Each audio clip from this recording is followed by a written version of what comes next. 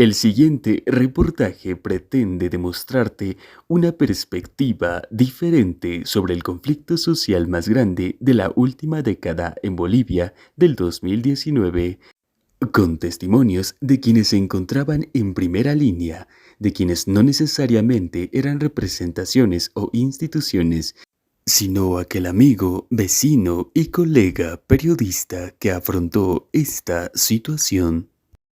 Atentos porque así lo cuentan las calles durante los conflictos de 2019.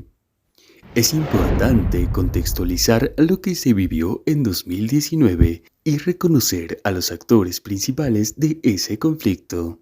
El hecho comienza con una crisis política envuelta en un fraude electoral, donde los actores principales fueron el movimiento al socialismo y los denominados pititas, quienes defendían de manera fiel a su presidente, en ese entonces el líder indiscutible, Evo Morales. Y por parte de los cívicos encontramos a Marco Antonio Pumari, líder cívico, y también Luis Fernando Camacho, cívico cruceño, ahora gobernador de ese departamento, personaje que pasó del activismo al protagonismo.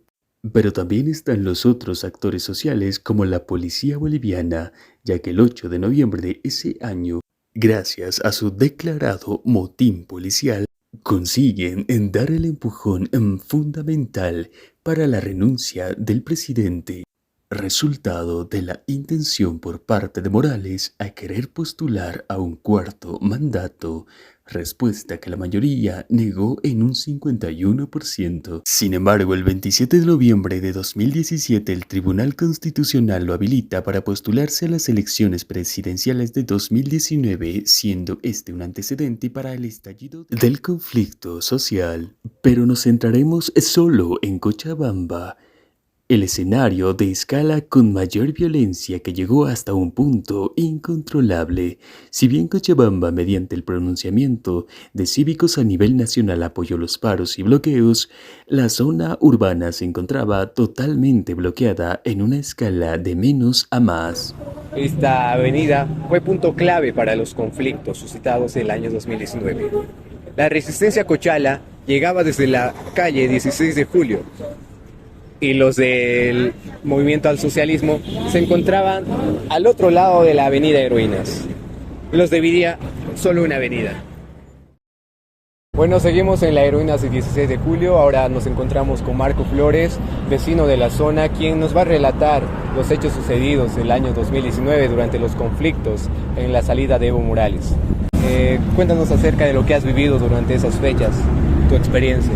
Bueno, comentarte que fueron fechas muy fuertes para todo el país, para toda la ciudad, más aún acá en Cochabamba, que todos sabemos que es una sede, Cochabamba una sede en lo político, es una sede ya rebasada por el masismo, podríamos decir, porque mucha gente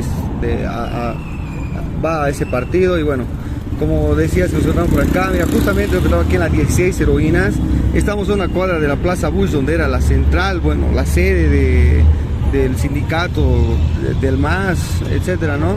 Entonces, nosotros, yo vivía acá, justamente acá en el edificio, y pues no podíamos ni salir a comprar nada, porque tampoco no había muchos lugares abiertos para ir a comprar víveres, etcétera, ¿no? Entonces, nada, comentarles que, como ya decía, momentos de tensión y una anécdota grande y muy fuerte, digamos, que entre los enfrentamientos sonó en la ventana y pues un petardo y ¡pum! Y nada, pues muy asustados porque todo era guerras. Justamente más allá le quemaron a un motoquero, creo, le reventaron la mano con petardos, etcétera. Y cosas muy fuertes, ¿no? En esos tiempos. Y ¿qué más contarte sobre eso? ¿Tuviste alguna participación durante los conflictos? ¿Estabas en un bando o solo veías desde tu casa? Los primeros días, como todos, ¿no? Salir a las calles, reclamar, etcétera. Ya después, día a día se iba poniendo más fuerte las cosas. Como te digo, ya empezaron a hacer petardos, dinamitas, a quemar llantas, etcétera, ¿no? Y Y nada, después ya pasando las semanas empezaron a haber un poquito más de noticias fuertes sobre enfrentamientos de quemar los autos, no sé, quemar las tiendas, etcétera, ¿no? Y pues nosotros nos pusimos a también hacer lo mismo, digamos, a defender lo que eran nuestros derechos, ¿ya? Respecto a los medios de comunicación, ¿cómo has visto las noticias? Tú que has vivido en carne propia los conflictos en esta zona, ¿qué te pareció las noticias que se mostraban? ¿Mostraban la verdad? ¿Ocultaban algo? ¿Los medios de comunicación estaban aquí en los conflictos? ¿Cómo veías eso?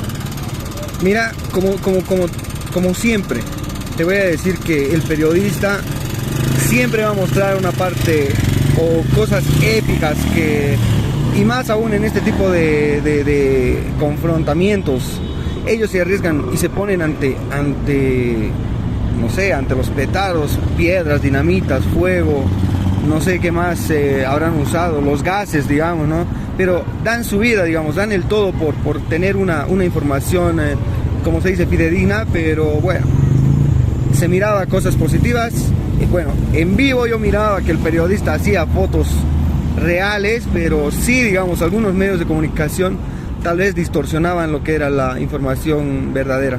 Pero yo le doy muchos puntos a los periodistas y a todas las personas que hacen periodismo y reportaje, etcétera, porque obviamente se cuenta la verdad.